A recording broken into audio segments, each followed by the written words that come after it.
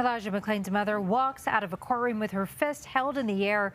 That's after jurors find an Aurora police officer not guilty in connection with her son's death. The jury find the defendant, Nathan Woodyard, not guilty of manslaughter, reckless, and the lesser included offense of criminally negligent homicide.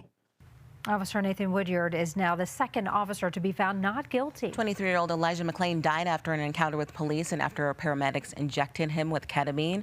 2 paramedics will face trial later this month. Now, in this trial, Woodyard had been charged with manslaughter, criminally negligent homicide.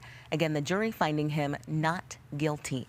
Our Karen Morfitt at the Adams County Courthouse right now for us. Yeah, Karen, this certainly was an emotional day for everyone involved there. It was, Karen, and while Shanine McClain sat stoic in the courtroom as that verdict was read, she did come out with her fist in the air. You saw that in the video. She has been here day in and day out for her son, but did not want to comment today on that verdict. Now, the Attorney General, whose office is prosecuting these cases, was by her side in the courtroom, hand wrapped around her shoulder. He spoke after the verdict was read, saying that he knew that these would be difficult cases to prosecute. Shanine McClain, again, walking out of the courthouse with a supporter by her side, her fist in the air. She did ask for her privacy at that time. The jury was handed the case on Friday afternoon and then spent the entire day today deliberating. At around 3 o'clock, the defendant, Nathan Woodyard, the first officer to contact McClain on that night in August 2019, returned to the courtroom this afternoon to hear the verdict, not guilty of manslaughter or the lesser charge of criminally negligent homicide. McClain's mother sat silently in the courtroom as that decision was read. Median Holmes, a community activist who showed up in support of McClain and his mother, left the courtroom frustrated.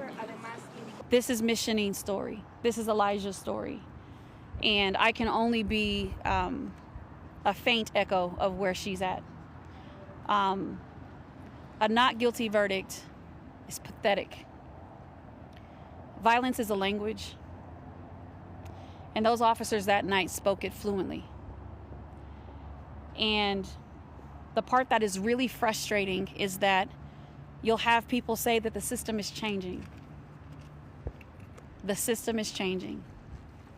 Y'all tell me if the system is changing. Clear frustration from McClain's family and supporters. The Attorney General spoke after the verdict was read as well this afternoon. He says they're not deterred by this decision, but that they respect the jury system. Now, they will look ahead to the third and final trial related to McClain's death. The 2 paramedics who did inject McClain with ketamine, that is expected to start by the end of the month. For now, we're live in Adams County. Karen Morfitt covering Colorado First. All right, Karen, thank you. Aurora's police chief had this to say about the verdict. Our Acevedo saying in part, quote, "We respect the verdict handed down by the jury and thank the members of the jury for their thoughtful deliberation and service. Due to another trial still ahead, the chief saying they can't comment further." That trial still ahead is for the paramedics, scheduled to begin later this month. Jeremy Cooper and Peter Chushnek have pled not guilty to charges of manslaughter and assault. Last month, jurors found former officer Randy Rodema guilty of criminally negligent homicide and third-degree assault. They found Jason Rosenblatt not guilty of manslaughter and assault. We also have a